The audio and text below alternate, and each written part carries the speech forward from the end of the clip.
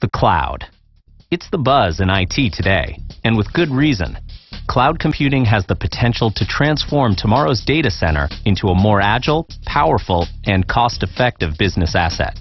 Some organizations have already embraced the cloud, relying on Salesforce.com, Oracle, or SAP for critical business applications such as ERP and CRM. Or they deploy applications using cloud-based server and storage resources, shortening deployment times and avoiding capital expense. Others are taking a wait-and-see approach. Why? Because cloud computing raises important questions, such as, how secure will my data be? Can I meet my availability targets? What about compliance? Cloud computing is not a decision to be taken lightly, but one that's impossible to ignore.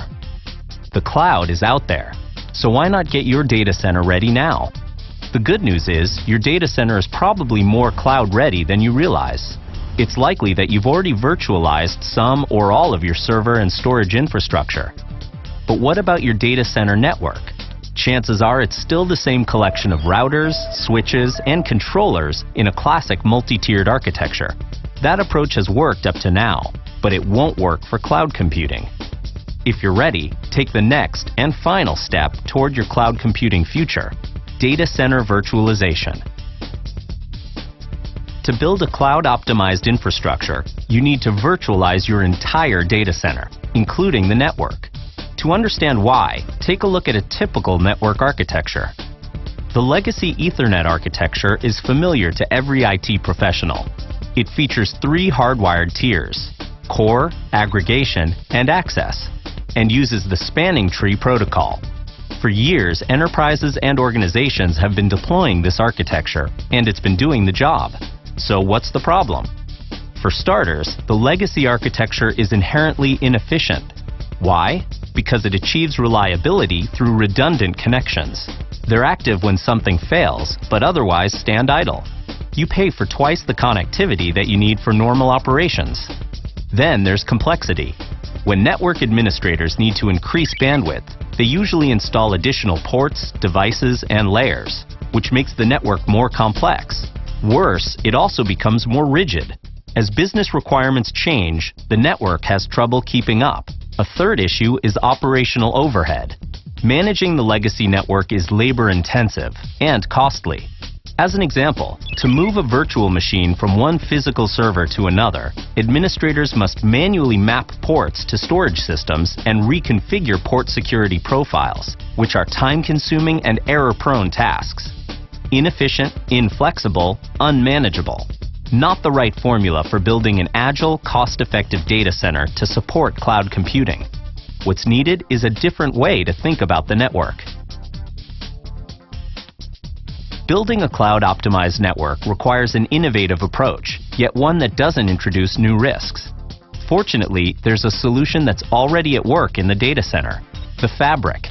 It's been the building block for storage area networks, or SANs, for more than a decade. Now, Brocade has applied this proven technology to the Ethernet protocol, creating the Ethernet fabric. What is the Ethernet fabric? It's a network architecture in which every device knows about and connects to every other device in the Ethernet fabric. That characteristic gives the Ethernet fabric inherent advantages over the traditional network architecture. The Ethernet fabric is faster. Network traffic takes the shortest path across the fabric. It's also more reliable. If any device fails, the fabric creates alternate routes without human intervention. And since all connections are constantly in use, the Ethernet fabric is more efficient. Fast, reliable, efficient. Clearly, all the capabilities needed for the cloud-optimized network. The industry's first true Ethernet fabric is now a reality with Brocade Virtual Cluster Switching, or VCS for short. Based on Brocade's 15-year heritage of leadership in SAN and Ethernet technologies, VCS technology offers the performance, reliability, and scalability needed for cloud computing. VCS flattens 3 layers into 2 by combining the traditional access and aggregation layers into a single edge layer. This reduces complexity, streamlines network management, increases the sphere of mobility for virtual machines, and lowers capital and operating costs. All devices and links in a VCS network actively move traffic. which increases performance. By putting idle components to work, VCS makes full use of your hardware and software investments. Because all devices are interconnected, a VCS network is self-healing. It's also self-forming. Plug in a new device and it automatically joins the Ethernet fabric. VCS gives you reliability with no idle or standby components and scalability. Legacy architectures limit the number of virtual machines per host and restrict their mobility. VCS smashes those barriers. It enables you to double or even triple virtual machine density and allows virtual machines to move between hosts without the need to manually reconfigure storage or security settings. In sum, Brocade VCS virtualizes the third and final component of the data center, the network, enabling the fabric-based network required for cloud-optimized computing. Preparing for the cloud pays off, and the process doesn't have to be painful. To help you realize the benefits of the cloud-optimized data center, Brocade has developed Brocade One.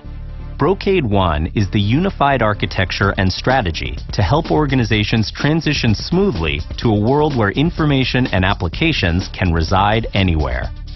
By dramatically increasing network performance, reliability, and scalability without adding complexity, virtual cluster switching delivers on the Brocade One promise of the cloud-optimized network.